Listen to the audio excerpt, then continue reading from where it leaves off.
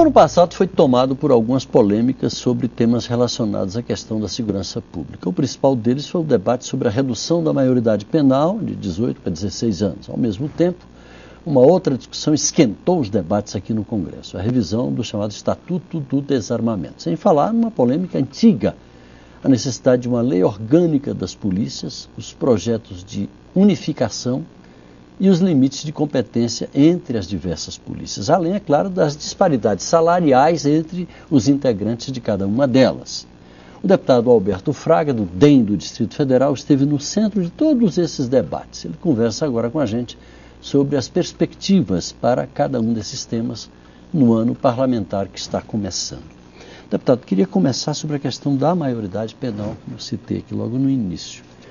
Isso gerou um debate nacional intenso. Aqui a gente viu que foi muito conturbada, a questão realmente é polêmica. Como é que o senhor espera que essa questão se encaminhe durante esse ano que está começando? Bom, eu acho que a Câmara cumpriu a sua parte. A Câmara cumpriu com o seu papel. É lamentável que um assunto tão importante, tão necessário para se combater a violência no país, esteja engavetado pelo Senado Federal. Nós vamos pressionar. Eu, como presidente da Frente Parlamentar da Segurança Pública, reúne mais de 300 deputados, nós queremos que esse assunto seja votado. Eu acho que a sociedade, em diversas pesquisas de opinião pública já se manifestou. Então, não se pode agora o Senado Federal, a título de o presidente do Senado é quem faz a pauta, se omitir, se acovardar e não colocar esse assunto para ser discutido. Deputado, não há um componente de emoção muito forte que pode contaminar negativamente a apreciação de uma matéria tão relevante quanto essa? Não acredito, Paulo. O que existe, na verdade, é alguma coisa que a gente não consegue identificar, mas hoje os crimes mais violentos no país são praticados por menores. Os menores estão sem medida, né? Eles sabem muito bem que a lei vigente, que foi criada para proteger menor carente, menor abandonado, está protegendo menor bandido. Né? Quando a gente não seria o caso de se falar numa revisão do Estatuto? Mas a revisão do Estatuto, a gente está tentando isso há anos e não resolve. Por quê? Hoje a maior parcela de criminosos no Brasil, a maior parcela de presos no país está de 18 a 24 anos de idade. Isso mostra claramente que são os menores, recém-saídos dessas casas de detenções que não funcionam. Né? Eu não conheço um caso, são raríssimos os casos que os menores infratores permanecem pelos 3 anos previstos na lei, no ECA, no Estatuto da Criança. Portanto, eu acho que quando a gente quer educar nossos filhos, nós temos que colocar um freio. Enquanto o governo não se manifestar e não colocar um freio para estancar a violência do menor, a nossa violência no país vai continuar sempre crescendo, porque a participação dos menores é fundamental e é notória na maioria dos crimes do país. Deputado, ainda outro dia o presidente Obama apareceu diante das câmeras chorando e se dizendo emocionado toda vez que ouve falar daquelas chacinas que ocorrem nas escolas norte-americanas, como aconteceram várias ano passado. Isso em consequência, segundo ele, da excessiva liberalidade na venda de armas. Isso toca diretamente a questão nossa aqui do desarmamento, do Estatuto. Como é que o senhor acha que essa coisa vai se encaminhar diante desses fatos novos que vêm surgindo? Quer dizer, um movimento muito forte no sentido de um pacifismo maior da sociedade. São fatos que são criados pela própria, vamos dizer assim, pelos desarmamentistas, para ver se sensibiliza a população. Não está sensibilizando a população. Eu lhe pergunto, você como jornalista, se você fosse bandido e fosse invadir uma casa, tem 2 casas para você invadir. Uma você sabe que tem armas, a outra não tem. Você invadiria qual? É uma questão óbvia. A outra pergunta que eu tenho feito sempre: por que essa coisa de penalizar o cidadão honesto, trabalhador, e de tirar o direito dele de pelo menos se defender, já que o Estado não atua na parte da segurança? O que nós queremos com o novo Estatuto é permitir que o cidadão aquele que quiser, gente. Não tem nada de impositivo.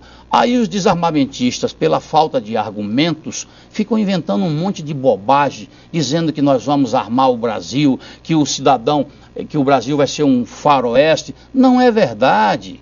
Já chegaram a inventar até que os condenados poderão comprar armas. Isso é mentira. O que nós estamos tirando no estatuto é dizendo o seguinte: o delegado de Polícia Federal, hoje, atendendo a uma orientação do desarmamentista mor do país, que é o ministro da Justiça, José Eduardo Cardoso, que foi derrotado na época do Estatuto do Desarmamento, né? Não se convenceu do resultado e, através daí, começa a dificultar a vida do cidadão brasileiro.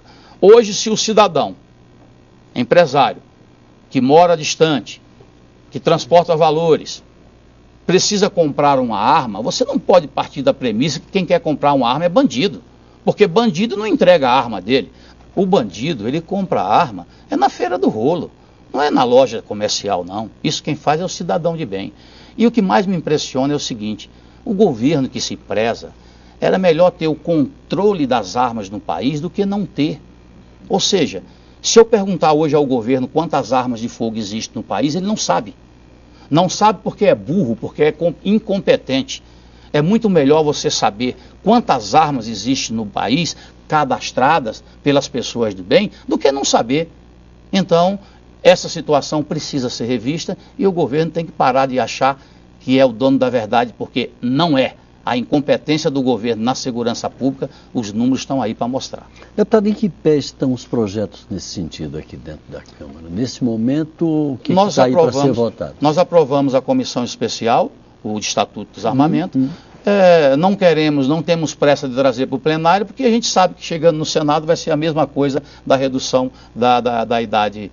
Da redução da idade. Agora, nós temos que avançar, Paulo, com projetos da segurança pública. Essas audiências de custódia está sendo uma desmoralização. Eu vou citar apenas Brasília. De 2.300 ocorrências de audiências de custódia, 57% dos presos foram colocados em liberdade. Quer dizer, nós estamos precisando de medidas que venham a endurecer o combate ao crime, né? Não, estamos afrouxando. As audiências de custódia têm uma desmotivação para todos os policiais nesse país e eu espero me concentrar nisso, porque nós não podemos aceitar. Falar em policiais, a gente já se encaminha mais para o final. Queria uma palavra sua sobre toda essa polêmica em torno da unificação das polícias, a questão das disparidades salariais. Isso mobilizou muito o Congresso durante esse ano que passou. Como é que é a expectativa do senhor em relação a isso para 2016? Eu vejo o seguinte: o cidadão, quando está em perigo, ele não quer saber se você usa farda ou colete.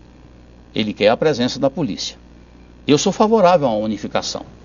Se não acontecer a unificação das polícias, nós temos que, pelo menos, lutar pelo ciclo completo das polícias. Ou seja, a polícia militar faz tudo, a polícia civil também faz tudo. Hoje a polícia militar, vou para São Paulo. São Paulo, a polícia militar já entrega por ano uma média de 5 milhões de ocorrências para a polícia civil. Ora, a polícia militar que está na rua, prende o bandido, leva para uma outra polícia que está dentro de uma sala, num gabinete, que faz a análise da ocorrência sob um ar-condicionado. E quando, na verdade, quem tem que fazer aquela instrução criminal é alguém que participou daquela prisão. Por isso que tem que haver realmente uma definição e vamos parar de nos omitir nessa questão tão importante para a sociedade brasileira. Deputado Alberto Fraga, do Democratas do Distrito Federal, muito obrigado pela sua participação aqui com a gente. Um bom 2016. Para todos nós.